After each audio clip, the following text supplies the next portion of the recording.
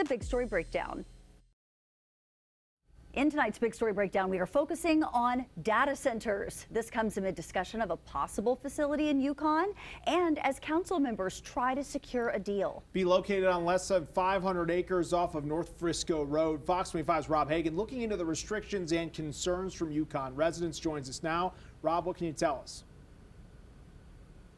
That's right. Adam, Wendy, Oklahoma is currently at the center of the race to build hyperscale data centers. And now the Oklahoma City Planning Commission and the city of Yukon are working together, leaving residents with a whole lot of concerns. The data center dispute continues in Yukon over this stretch of land under 500 acres off 3025 North Frisco Road. These facilities are an extreme danger to precious water resources and will impact Oklahoma families directly. Please vote no. Thank you.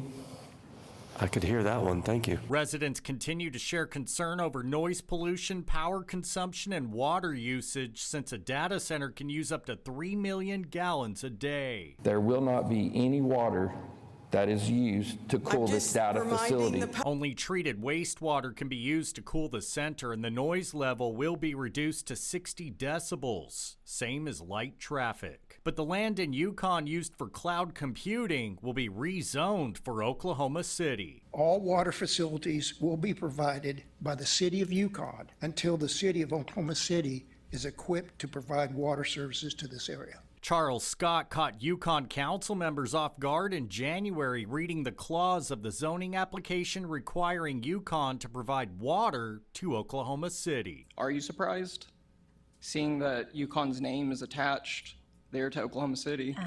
You're surprised? Yes. We're all surprised, sir.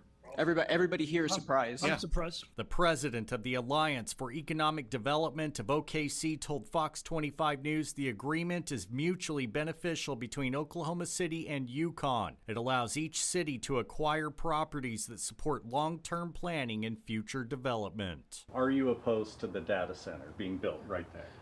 Yes, absolutely am. Michael Warden's home is across the street from where the proposed data center will be. He's concerned about traffic, construction, and cost to Yukon residents. Some of our biggest long-term concerns are going to be the market, housing market, utility costs, things like that they can't really give us a lot of specific data on right now.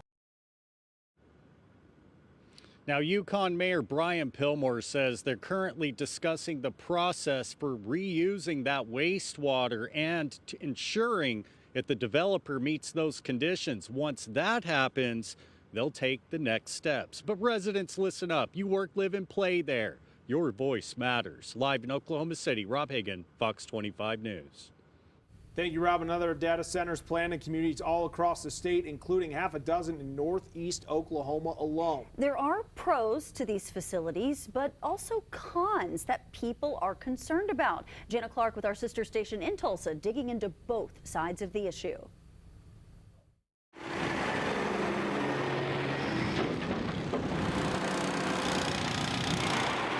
It's a loud mess next to this East Tulsa neighborhood.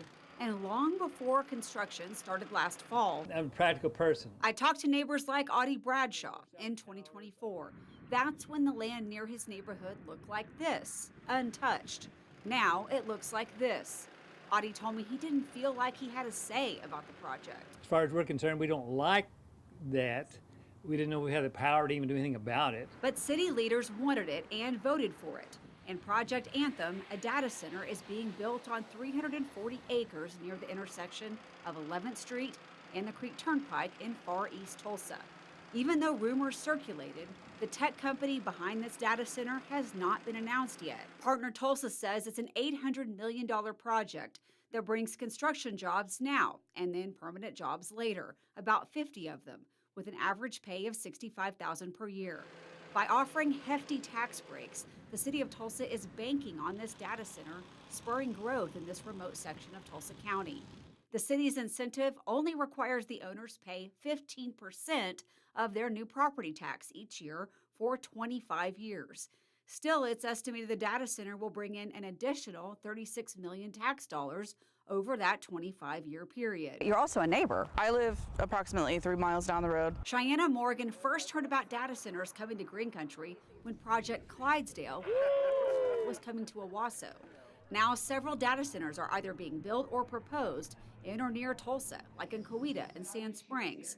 Cheyenne started doing her own research. What first caught your attention? It was really alarming, the things that I was learning about how much water they would consume and how much, agricultural land they would use. Cheyenne recently landed a job with a nonprofit that works to stop data centers. She says data centers use large amounts of water to cool down their equipment. They're going to be using millions to billions of gallons of water, and it's not for sure that our aquifers can sustain that much water use. One of the complaints I've received is about the noise. Yeah, it's annoying. I can't imagine living right next to it and having to hear these trucks go by all day long, and the beeping and the buzzing and the drilling. She says neighbors will hear racket even after the construction is finished. The constant humming from data center developments, from power generators. Cheyenne says another common complaint is the amount of electricity data centers need. So the amount of power needed for these facilities is huge. Like, these facilities use as much power as entire cities or towns. Typically, if the demand for something goes up, the cost for something goes up. Right. Do you foresee the cost of electricity going up for everyone? Yes, absolutely. I definitely think that we are going to see major hikes. These questions have to be asked. Most definitely, what's going to be the impact on the local utility and therefore, my bill? Energy professor Tom Sang lives in Tulsa, but works at Texas Christian University.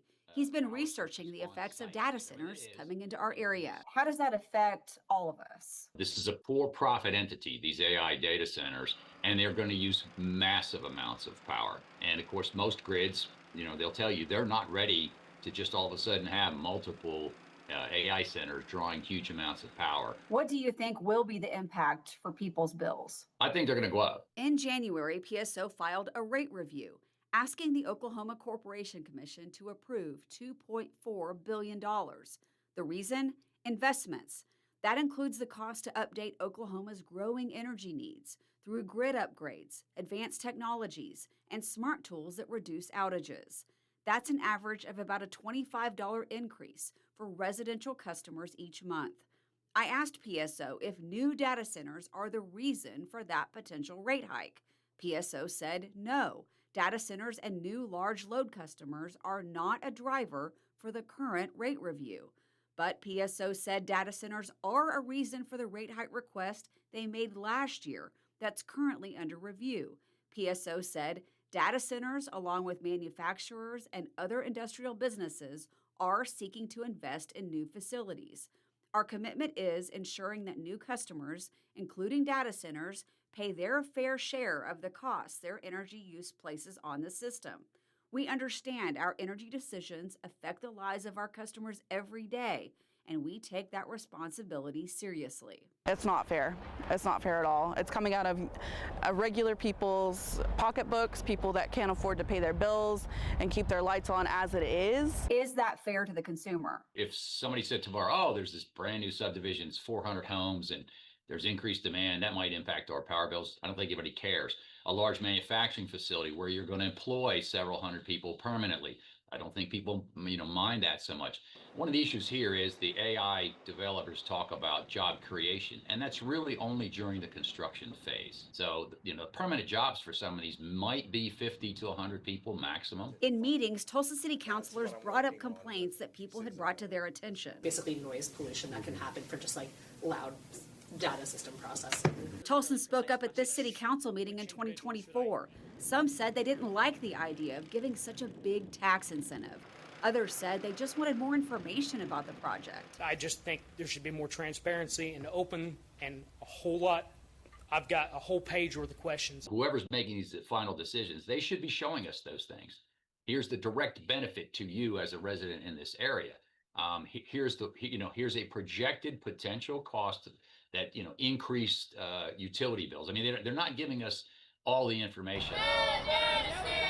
In Sand Springs, the community came out in full force at this meeting last month against bringing in a data center. Please don't divide this town. Please don't restructure this land. Leave it exactly how it is. But city councilors voted to approve the land use change. and move the data center one step closer to becoming a reality. Here's what the mayor said after the vote. We don't feel we did anything to divide the community because I think Google is going to be such good partners. They're generous, they're considerate.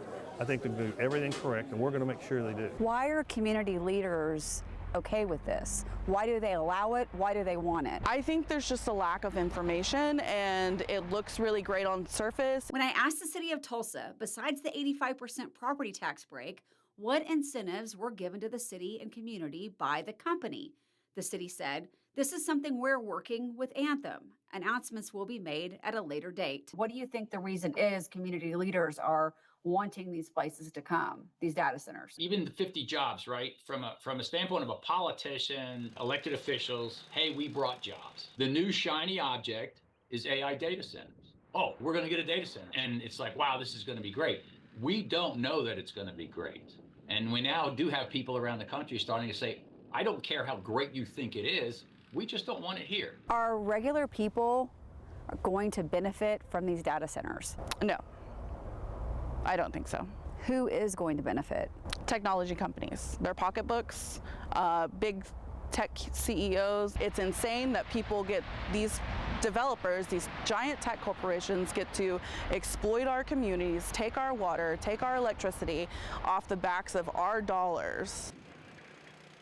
That was Jana Clark reporting. One of the big concerns many Oklahomans are continuing to voice about data centers is the power impact. It's an issue the legislature is taking up right now. House Bill 2992 would create the Data Center Customer Protection Act of 2026.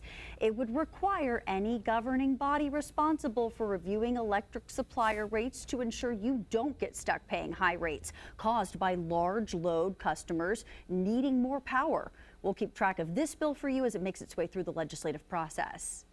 We want to know where you stand on the topic of data centers. We have a poll on our Facebook page asking what your biggest concern is. Is it water usage, noise, impact on energy bills, or do you support data centers? So far, the results are showing water usage the biggest concern. You share your thoughts with us on our Facebook page.